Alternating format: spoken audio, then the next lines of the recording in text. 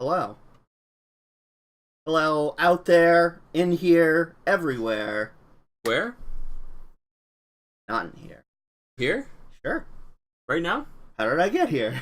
How did I get here? Alright, so, I am Dr. Ben. And I'm Snugs. What's going on? So, we've got tonight our review of episode 4 of season 3. See, I didn't screw that up. Yes, you did it right this Yeah. Hey, it's okay. I've been confused about this all day. Yeah, they Adult Swim, you know.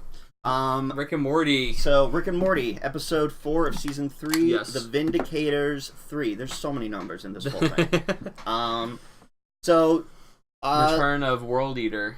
yeah, that's what it is. Mm-hmm. And you know what? They had a before we dive into the episode review, they had on the Adult Swim YouTube channel like sort of like a preview. The Worldender thing? Yeah, and like that sort of made you think that that's what this whole episode was going to be It about. was.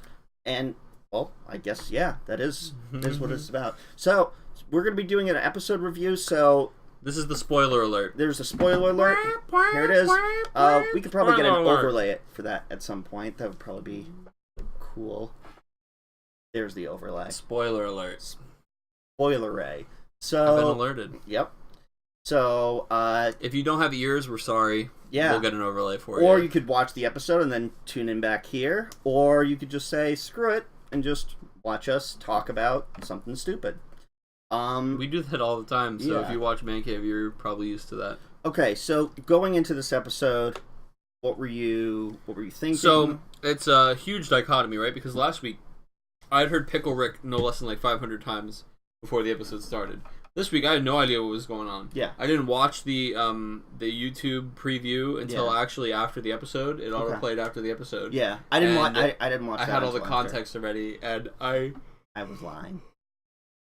I understand how like that would have been funny, setting it up, making me think that he's like some big bad and whatever. But like they still kind of do that within the episode. So the little things about that episode that I liked the most were they're just always great at making zany characters. Yeah. The Vindicators themselves are excellent. We got Christian Slater. Right, of course. We got Jillian Jacobs, who was Britta. Yeah, Britta. And we've got like she didn't Britta it. Yep. We got a few other We've got a few other voice actors in.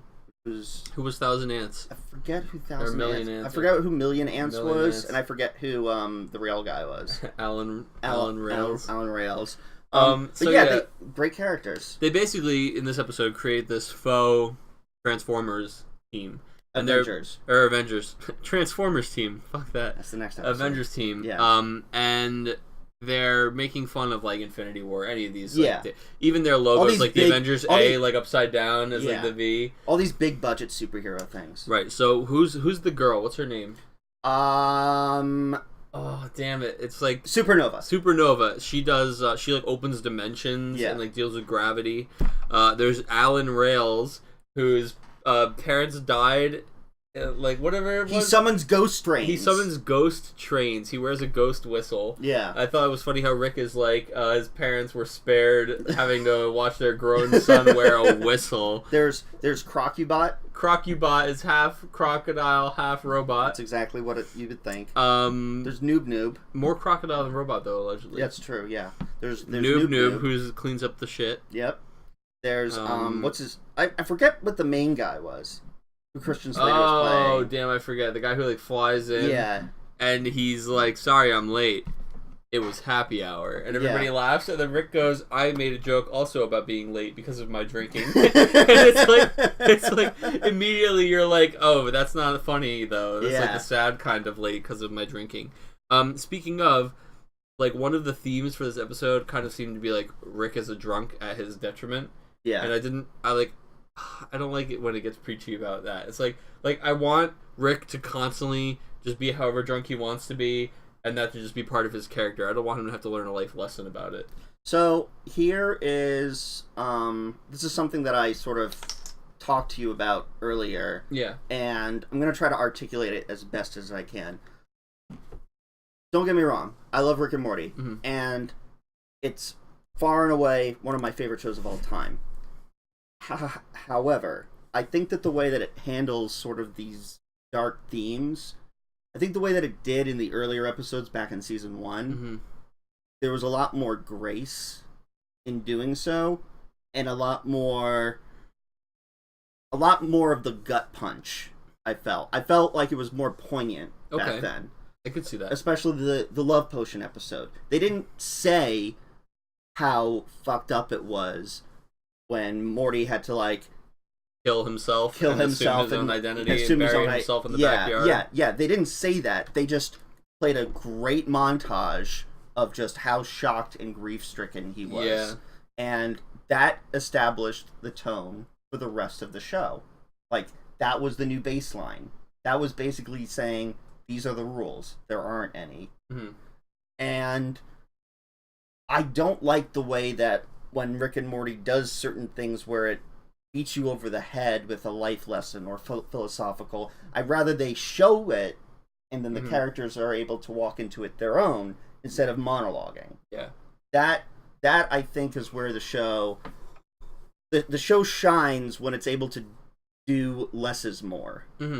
I could see that. Yeah. I mean, I don't really think that they're beating us over the head with anything, but that's where we have differing opinions on. I guess how these new episodes are being. I don't think it was too severe. I don't put as much stock in that episode as you seem to. That's fair. The love potion episode, and I don't think that it set any kind of bar for the rest of the show. I think it was just a different avenue they hadn't really gone down, and I think that they've done that in a bunch of different ways. And that was the one where they wanted to be like, let's show some really surreal, fucked up, like, consequence to this infinite universe, time traveling type stuff.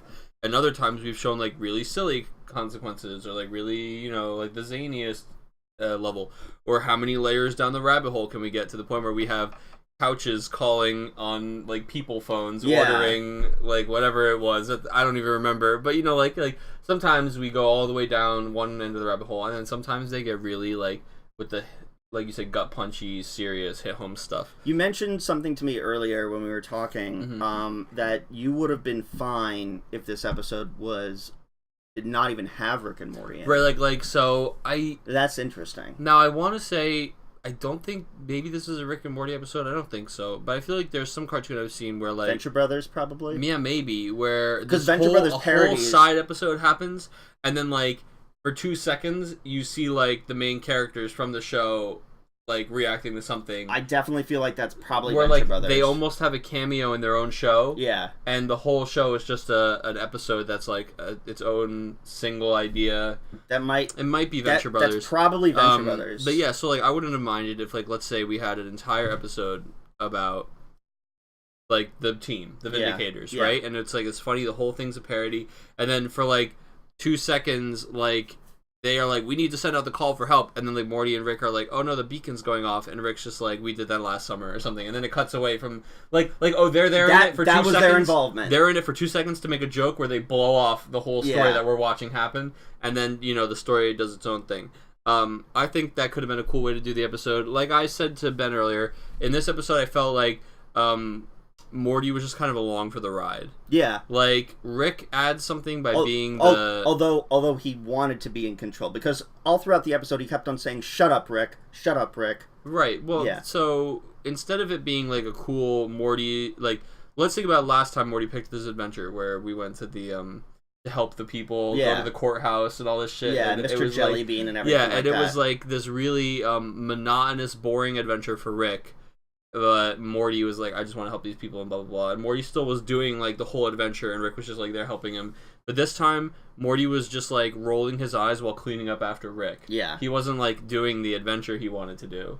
He was, like, he's like, alright, Rick just wants it to be a bit. Like, think of how many times Morty dismisses it and completely explains away what's happening and is wrong. Like, he's like, oh, it's going to be a thing where we, it's probably none of us. He probably wants the last thing is us to realize that he doesn't care about any of us at all, and then we're all going to die. Yeah. It's like, that's not at all what it was. No. But, like, a lot of times even he's just fed up with it, and he judges it immediately, and is not always correct. And it's like, but I felt like Morty was just kind of, like, there to be like, all right, now we're going to do this thing. Like, here we go. All right, next room. Let's go. Itself. Yeah, and it's like, okay, Morty, was like barely even a punching bag. Like normally they'll at least throw a couple insults at Morty that I laugh at, but this time they just had the one like, you're the mentally challenged kid we gave the vest to like bring around, and it's like, okay. Yeah. I think Rick even like makes that joke earlier in the episode where he says they need the wide-eyed type who like just follows them around and is like mind blown by everything they do. He basically says in a nicer way, you're the mentally challenged mascot kid. Yeah, I mean, and so yeah, it's a good analysis of the episode, and I mean, I laughed a lot. I loved the episode. I know that we said it wasn't one of our favorite episodes. This is not at all us bashing the episode or saying I wanted more or saying I wish they blah blah blah blah. I think what a great idea to do an Avengers type spinoff. Absolutely. What a hilarious cast of characters. Alan Rails, so funny. Million Ants, so funny. Yeah. Like Supernova, whatever, necessary type of character. Whatever the plain Jane guy, the guy who's like, I'm getting out of here, just gets killed in 20 different ways by the traps. There was and then Crocubot. Crocubot. The answer is Deltoid 5. My intelligence and brain both agree that this must be the only answer. Like he just he triples down on an answer and then just gets killed. Oh man. What did you think of the fact that there was no real B story? In fact, 100% there was no B story. The B story was apparently Logic and all these other people setting up a big party that Beth was somehow at. Oh yeah. Sans any portal gun at all. Yeah. Involvement. Beth and Summer both were there. Did Rick portal gun them in while he was drunk? I have no idea how that happened. And they hung out at the party? There's that, or Summer got a hold of the portal gun. No, because he had the portal gun. It was next to the sink. It was next to the sink in their room. In their room. Yeah, where he threw up. I love where he's like, "Can't you do me this favor?" He goes, "This adventure is the favor. Me sleeping on these sheets is the favor." That was pretty funny. But again, those barely... Rick was still funny. He does, I'm gonna make him do the saw thing. He's like, "Are you really gonna saw these guys?" And then he tells him, even in the video, saw! Yeah. Oh, well, I guess I am gonna. I guess, yeah. It's all of the things match all of you guys. That's his point. Tragic backstory. That's always his point. And I like the one where he's like, "I'm getting kind of tired here, so just I don't know, just make some 3-pointers." That was my favorite scene. The basketball scene. The basketball scene was my favorite. Right, because they are doing a really good job just working together to in a really mundane thing. Unspoken, just they're working together really well. And Alan Rails immediately is just like, "Huh. I guess it always is some unspoken bond." And he pushes the basketball and it sinks into the ants guy.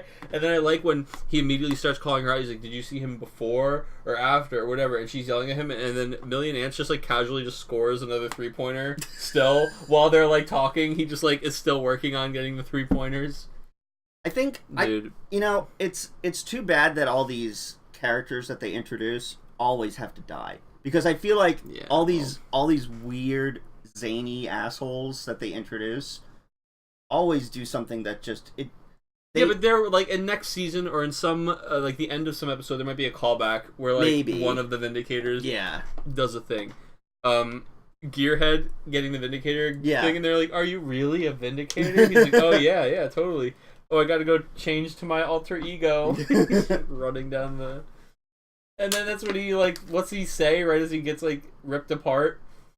He says something, it's a old mantra, he's like, "Early bird gets the worm," or something like that. He says something as he just trips and falls and, rips apart. I don't know.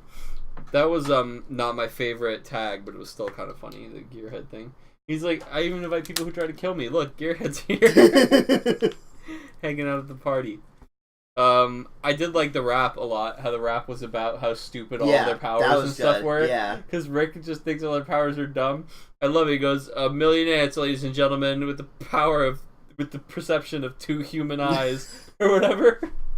Just Rick is funny. Rick making fun of belittling all their powers and shit was funny. How dumb all these things really are. And they wake him up and they're like, "We need him," and he takes out the stuff, he starts mixing everything together, and then he actually just spritz it into his eyes. I had to rewind that scene so many times because I love that scene. And he just spritz it into his eyes, and they're like, "What the hell?" And he goes, "Well, I have to get my eyes." That whole spritzing thing, that was so funny. Yeah, he's like, "How to fix my eyes." Then he builds the things, they go take out the turrets, he dances in front of them to prove that they're gonna work. And then he's like, "Is there any coffee?" Oh, I could have just summoned a ghost train. Oh, wow. Oh, okay, guys. The ghost train guy. He would have summoned a ghost train. Wow.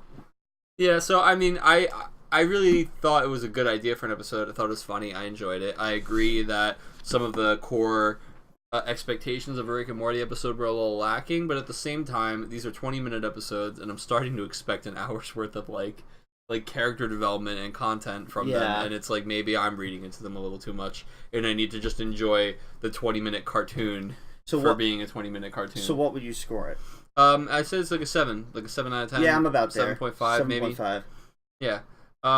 Watch it, enjoy it, laugh about it. It's not going to be my highest quoted one, but it's a good watch. Rick and Morty is always a good time. Yeah. Anything else on this episode? No, I think you basically hit up all the major points. We're almost halfway through the season. I can't believe that. Yeah. Crazy. Yeah.